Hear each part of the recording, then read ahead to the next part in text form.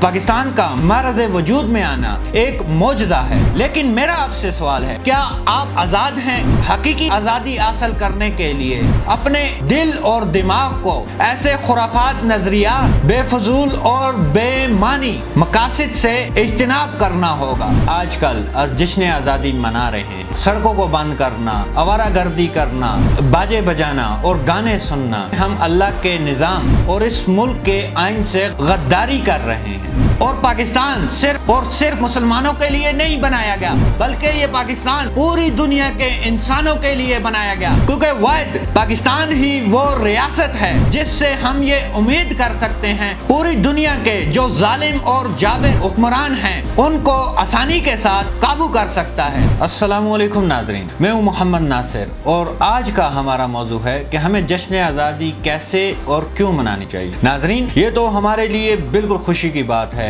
کہ 14 اگست 1947 کو ہمارا ملک آزاد ہوا، اور اسلام ہمیں خوشی کے تہوار منانے سے نہیں روکتا، بلکہ اسلام ہمیں اصول و ضابطے دیتا ہے کہ کیسے ہم نے خوشی کو منانا ہے اور کیسے ہم نے غم کو اپنانا ہے۔ ناظرین، جیسے کہ ہم آج کل جشن آزادی منا رہے ہیں، یہ سراسر طریقہ غلط ہے۔ ہم سڑکوں کو بند کرنا، آوارہ گردی کرنا اور باجے بجانا اور گانے سننا، ہم یہ سمجھتے ہیں کہ ہم اس طرح سے اپنے ملک سے محبت کا اظہار کر رہے ہیں، اور حقیقت میں ہم اللہ کے نظام اور اس ملک کے آئین سے غداری کر رہے ہیں، کیونکہ پاکستان جس دن وجود میں آیا وہ دن 14 اگست ہی نہیں تھا، بلکہ رمضان المبارک کے مہینے 27واں روزہ تھا۔ یہ اس بات کی دلیل ہے کہ یہ پاکستان کا معرض وجود میں آنا ایک معجزہ ہے، کیونکہ یہ ملک دنیا کو گلوبل ولیج بنانے میں ایک اہم کردار ادا کرے گا، کیونکہ اس ملک کا آئین یعنی اسلامی عالمی اجتماعی نظام ہی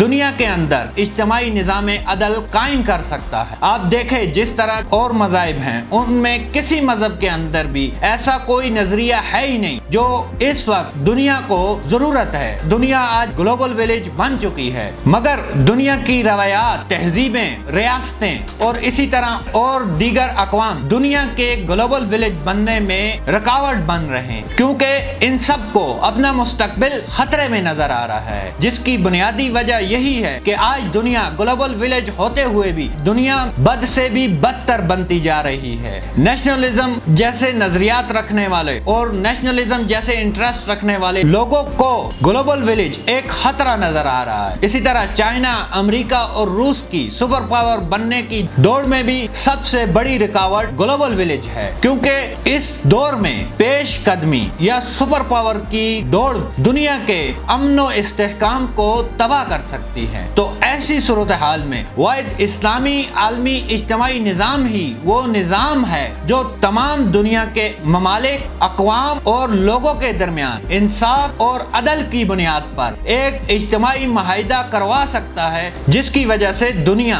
راتوں رات گلوبل ولیج بن جائے گی، اور اس کا فائدہ پوری دنیا کے ممالک اور انسانوں کو ہوگا۔ ناظرین، ہمیں بالکل اس بات کی خوشی منانی چاہیے کہ ہمارا ملک آزاد ہوا، لیکن میرا آپ سے سوال ہے، کیا آپ آزاد ہیں؟ ناظرین، اب جنگیں میدانی نہیں رہی، اب جنگیں آرمی یا ریاستوں کی نہیں رہی، بلکہ اب میدان جنگ انسان کا دل اور دماغ ہیں۔ آج بھی عالمی طاقتیں ہمارے دل اور دماغ کو ایسے کنٹرول کر رہے ہیں جیسے وہ کہ ہم کوئی روبوٹ ہوں۔ تو اس لیے ہمیں حقیقی آزادی حاصل کرنے کے لیے اپنے دل اور دماغ کو ایسے خرافات، نظریات، بے فضول اور بے معنی مقاصد سے اجتناب کرنا ہوگا، تاکہ ہم سب پاکستانی ہونے کے ناطے ایک ہی بیانیہ بنائیں کہ اس دنیا میں اجتماعی نظام عدل قائم ہو۔ اور ناظرین، آپ کو میں یہ بات بتاتا چلوں کہ جب تک اس دنیا میں اجتماعی نظام عدل قائم نہیں ہوتا